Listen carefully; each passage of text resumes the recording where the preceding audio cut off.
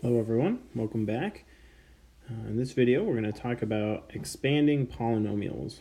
That's what I mean by that is if I have a polynomial in its factored form, which is what I have here, all of the factors of my polynomial are given out here as a product. So this is very similar to factoring a quadratic. And what I want to do is expand it. So in a quadratic function, we had two terms, and in order to go back to general form, we FOILed the two. Now, polynomials, again, are similar, but what do I do when I have three terms or even more than that? So I want to give us an example here and walk us through in detail. Okay, so if I'm going to take this polynomial and I'm going to expand it out into its full general form, the first thing that I'm going to do is just pick two of my terms.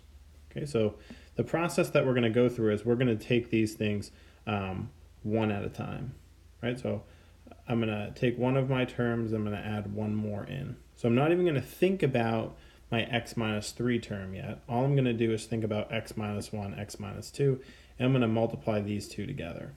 Right? So in order to do that, what I have is that process that we called FOILing.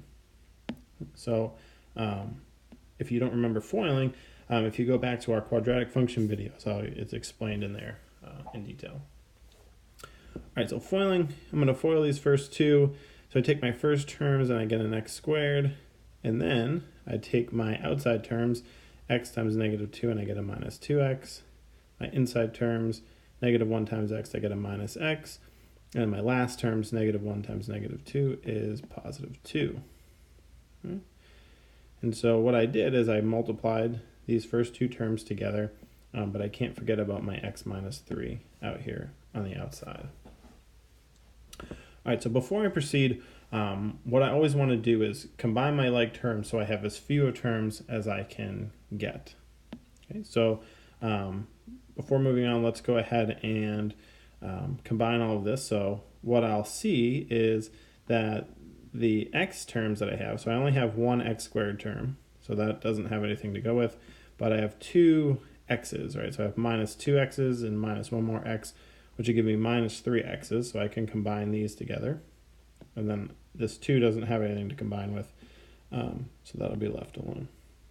And so this becomes x squared minus 3x plus 2, and then I'm multiplying all of this by x minus 3. Okay. So now this is the step that's going to be a little bit different.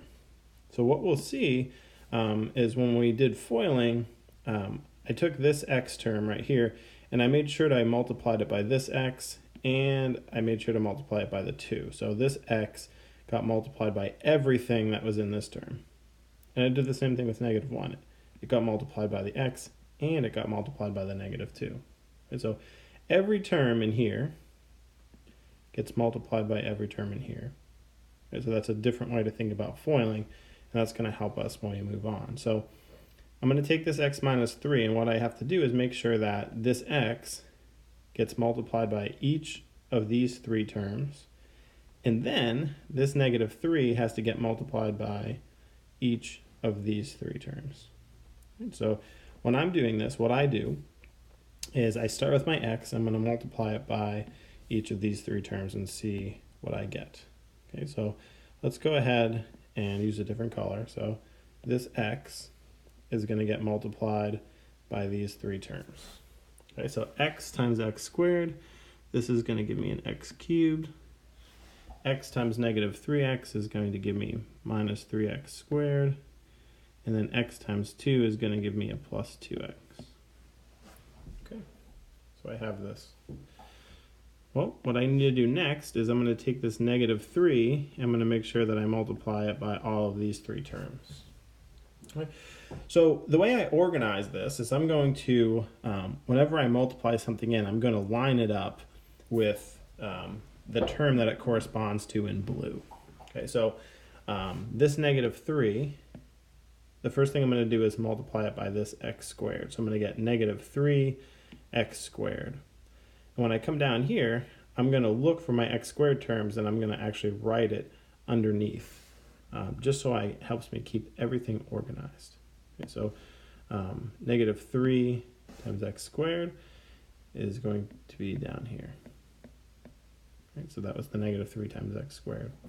Well, the next term, negative 3 times negative 3x, is going to give me a positive 9x. Okay, so I'm going to write it over here, positive 9x. And notice how I'm lining up with my 2x, so when I add these things up, everything will be there. Finally, my constant terms, right? So I have a negative 3 times a positive 2, and I'm going to put that over on the end. Okay, so let's put this over on the end, so we have a minus 6 out here.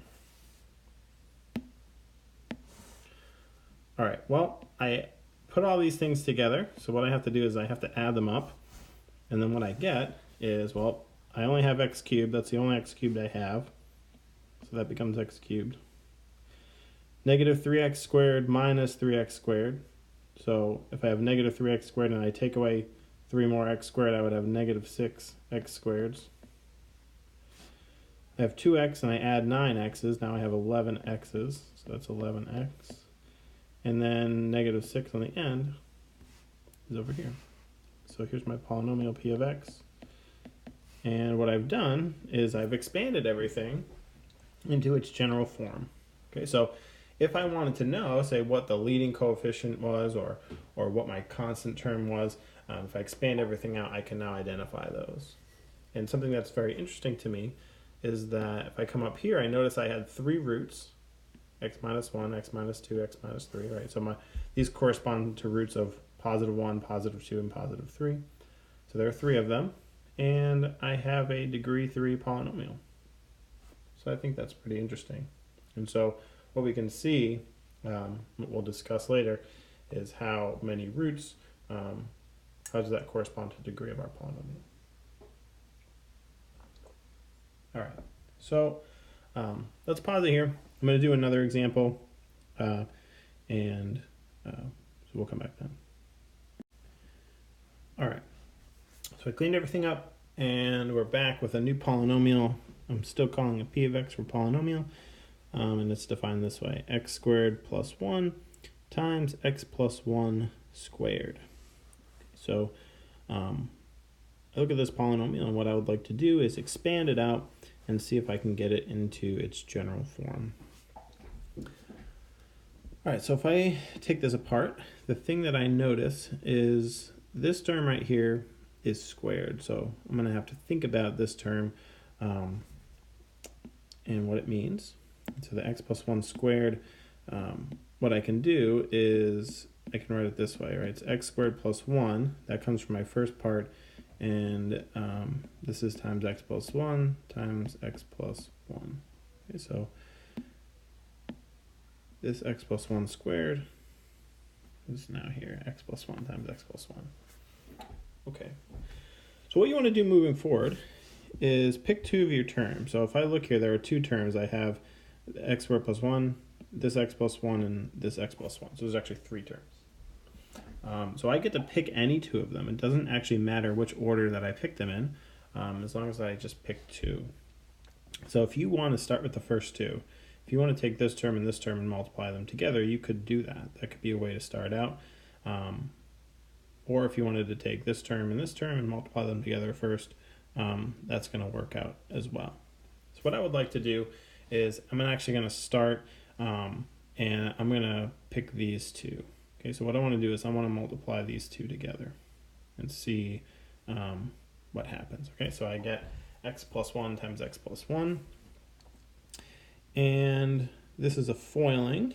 So if I FOIL it out, I'm going to get my first terms, which are x squared, my outside terms, which would be plus 1x, my inside terms, which would be plus 1 times x, and then my last terms, which would be plus 1 times 1.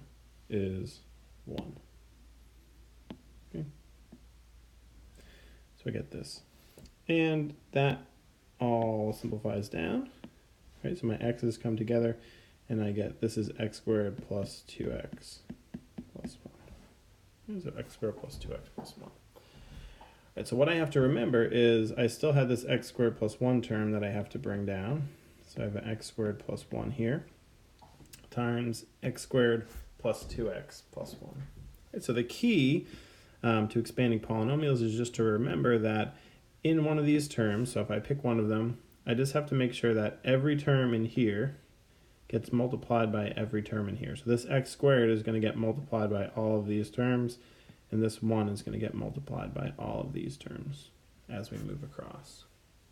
So let's go ahead and do this, and then I'm going to set up a little chart like I did last time to keep everything organized. So step 1, I'm going to pick this x squared. I'm just going to make sure that I multiply by all 3 of these terms. So x squared times x squared, that becomes x to the 4th. Okay. Now x squared times 2x, that's plus 2x cubed. Okay, so I took x squared and I multiplied by this 2x. Now x squared times 1, right, so x squared times 1 is going to be plus x squared. All right. So now we keep going. What I'm going to do is I'm going to now pick my next term. So I'll do that in green. So this is the positive 1. And I just have to make sure that it gets multiplied by all of these terms. All right, so first 1 times x squared. Well, that's going to be x squared. So 1 times x squared is just x squared. And I'm going to line that up right underneath its like term. So I'm not going to put it underneath the x cubed or the x to the 4th because when it gets combined, when I add these things up, I want to put the x squareds together. Okay, now, the next thing I do is I do 1 times 2x. Well, that's plus 2x. And notice in the first part, we didn't have any x terms, so that's going to go all by itself. Then finally, 1 times 1 is just 1. So when I do these things, I like to group it this way because it just shows me where all my terms are, right? So it's a way of keeping organized and keeping all my like terms together. All right, so now adding, I just added it straight down. X to the 4th, 2x cubed plus nothing is just 2x cubed.